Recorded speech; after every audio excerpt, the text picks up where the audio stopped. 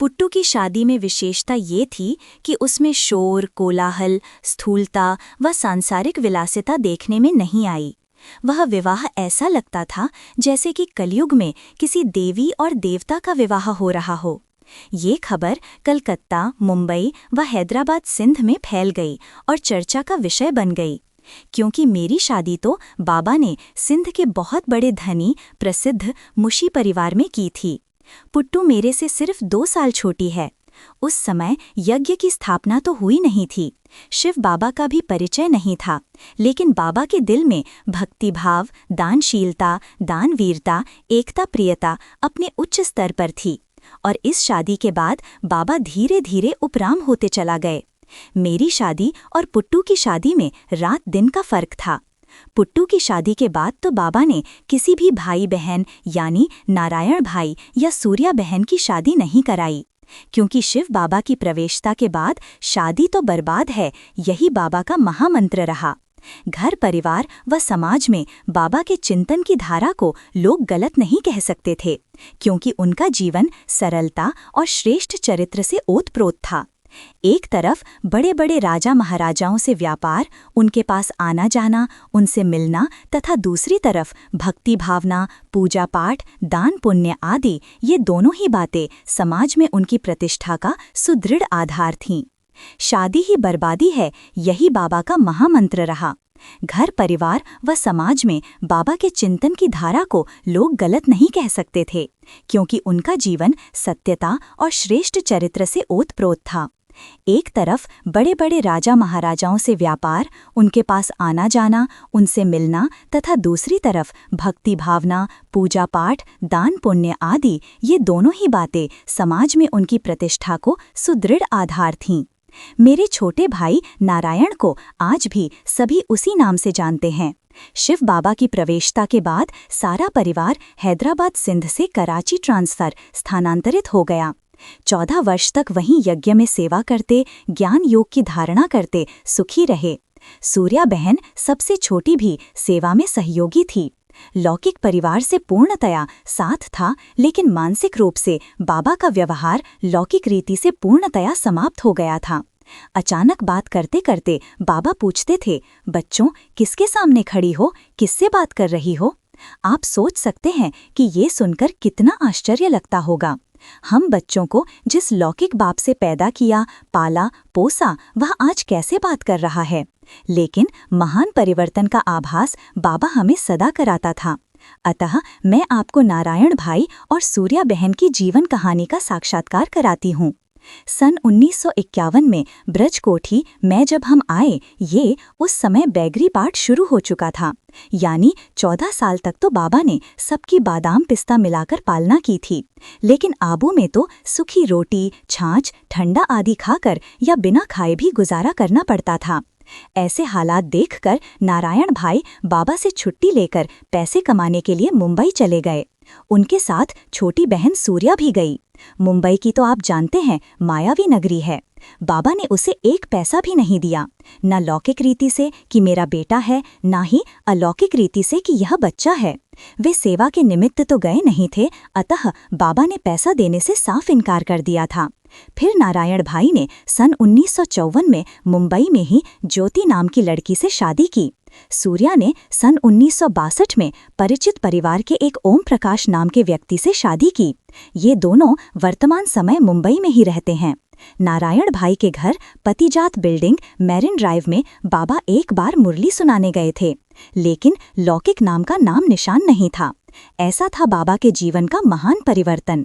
कितना विचित्र है मेरा बाबा और त्यागी तपस्वी परिवार। यशोदा मैया, जिसे सभी पालामा कहते थे, वो तो पूरी ही पवित्रता नारी थी। एक लाइन में ही उनका परिचय हो जाएगा। बाबा जब स्नान करके बाथरूम से बाहर आता था तो मैया उनके चरणों को धोकर चंदन का टीका करके चरण धुलाई किया हुआ पानी चरणामृत समझकर पीती थी। यानी पति देवा भव का गायन पूजन मेरी मैया संपूर्ण रूप से करती थी। बाबा के खाने के बाद ही खाना खाती थी। बाबा का हुक्म मानना, हाँ जी। बाबा या मैया दोनों ही एक मत एक रस स्थिति में थे। मैंने डांटना, आवाज से बोलना, गुस्सा करना आदि दोनों से कभी भी अनुभव नहीं किया। और हाँ, हम बच्चों द्वारा गलती होने पर चॉकलेट, बिस्किट, मिठाई खिलाकर खुश कर देते थे। फिर कहते थे, बच्चों आगे से ऐसे नहीं करना, मतलब पहले प्यार फिर शिक्षा। ऐसी थी यशोदा मैया भक्ति, पूजा, दान, पुण्य, तीर्थ यात्रा, सत्संग, गुरुओं की बराबरी या हम सभी बच्चों की पालना पढ़ाई तथा बहुओं के साथ प्यार, स्नेह, सहयोग। घर में अचानक बिन बुलाए के नाते मेहमान आ जाने पर उनका सत्कार तथा अन्य व्यवस्था। राज परिवार में भी बाबा के साथ साथ हम बच्चों को ले जाते समय बड़े ठाठ के कपड़े पहनना, श्रृंगार करना या सिर्फ सौगात आदि निश्चित करना। घर की ये सारी आंतरिक व्यवस्था मैया ही देखती थी, परंतु सब बाबा की राय से। बाबा की कहानी तो आप सबको मालूम ही है, उसे बताने की दरकार ही नहीं है। बाबा तो बाबा ही थे। बचपन में तो इतना महत्व मालूम नहीं पड़ता था। जैसे घर में लौकिक मात पिता सभी के होते हैं, सभी माँ बाप अपने बच्चों को प्यार करते हैं, वैसे ही समझती थी। लेकिन 8 वर्ष की आयु से बाबा तक के इस परिवर्तन के कालचक्र को देखती हूँ तो समझती हूँ कि सारे विश्व में ऐसा लौकिक पिता किसी भी आत्मा को नहीं मिला है जिसमें लौकिक दादा लेखराज, अलौकिक प्रजापिता ब्रह्मा और पारलौकिक शिव बाबा एक साथ समाया हुआ हो। मैं तो सभी को कभी कभी हंसी में बताती हूँ कि मेरे 3 in 1 यानी एक बाप में ही 3 बाप समाये हुए हैं, तो कितना नशा, खुशी, खुमारी एक साथ मिल जाती है। मुझे तो यह भी निश्चय है कि मैं सतयुग में भी बाबा यानी मेरे नारायण के पास ही जन्म लूंगी या परिवार में रहूंगी। तो अब 4 in 1 यानी 1 में 4 हो गए ना। आपको मालूम हुआ कि मेरा स्थान भाई बहनों में तीसरा था। मेरे से एक बहन किशोरी और दूसरी कलावती बहन थी। लेकिन कलावती बहन ज्यादा समय तक जीवित नहीं रही, बहुत कम उम्र में ही शरीर छोड़ दिया था, इसलिए उसे कोई भी जानते नहीं है। जैसे आत्मा घर में आई, पाठ बजाया, फिर कहाँ चली गई। लेकिन कलावती बहन के कारण ही मेरे जीवन की कला में परिवर्तन हुआ। आप कहेंगे वो कैसे? वह प्रकार की बाबा का एक बेटा और एक बेटी पहले से थे। जब मेरा जन्म हुआ तो मैं दूसरी बेटी हो गई। मेरी बुआ यानी बाबा की लौकिक बहन जिसका नाम हक्की हाथी रामानी था, मेरे फुआ जिनका नाम किस्मत राम हाथी रामानी था, उनका भी पूरा बिजनेस जापान से था। वहों से सारा माल आता था और भारत में मुंबई, हैदराबाद, सिंध, कराची आदि मुख्य शहरों में जाता था, परंतु उनको कोई संतान नहीं थी। एक बार की बात है कि बुआ जी अचानक घर में आईं। हम दोनों बहनें ऐसे ही बिना नहाए धोए बैठी थीं। घर में मैया कुछ काम करने में व्यस्त थीं। हम बाहर मार्केट में खेल कूद करके आए थे, अतः कपड़े भी गंदे हो गए थे। बाबा हमें रोज नई वेश पहनवाता था। पुरानी ड्रेस को तो मैया गरीबों को दान पुण्य कर देती थीं। उस दिन जब दोनों बहनों को बाबा और मैया पर ठीक ठाक तैयार नहीं देखा तो बुआ ने बाबा को कहा, सिर्फ बच्चे पैदा करना जानते हो, संभालने की तो फुर्सत ही नहीं है। तुम्हारे पास तो 2 बेटियां हैं, एक मुझे दे दो, पालू मुझे पसंद है, आज से मैं उसे अपने घर ले जाती हूँ। महान दानी बाबा ने तुरंत हाँ कह दी और कहा, भले ले जाओ, भाई की अमानत पर बहन का अधिकार होता है। बाबा का प्यार तो बुआ से बहुत बहुत था।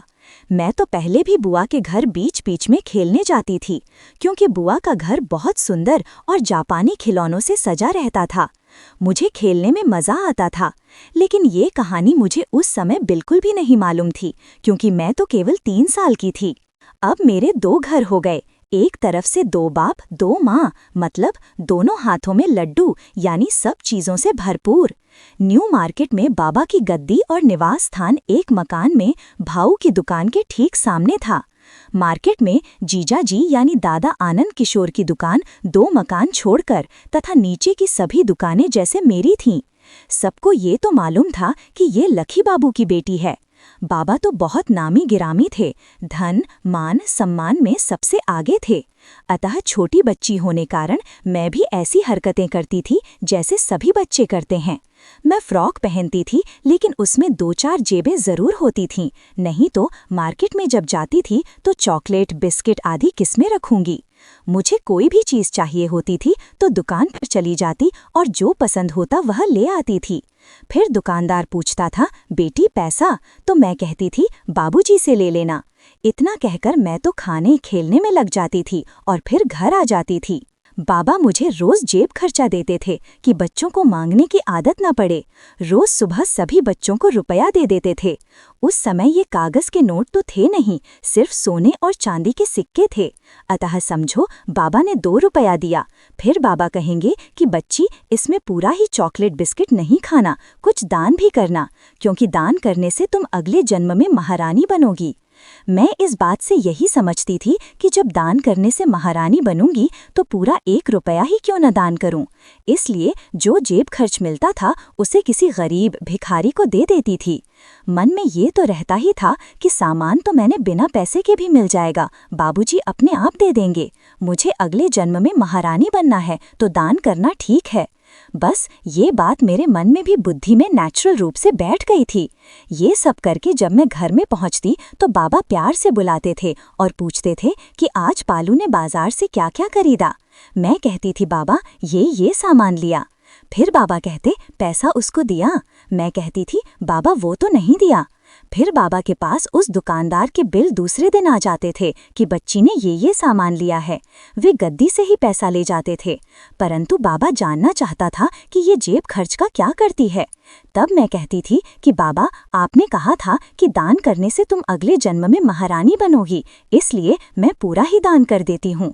ये सुन बाबा और ही प्यार बरसाते थे और कहते थे कोई बात नहीं बेटी, तुम्हारे दान के संस्कार बहुत अच्छे हैं।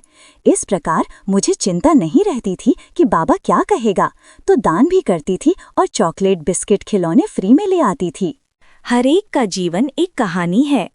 18 जन्मों में भिन्न भिन्न रूप से सभी आत्माएं भाग्य अनुसार अपना अपना पाठ बजाती हैं। युग में पूजा व पाठ व भक्ति भावना के संस्कार बचपन ही में भरे थे।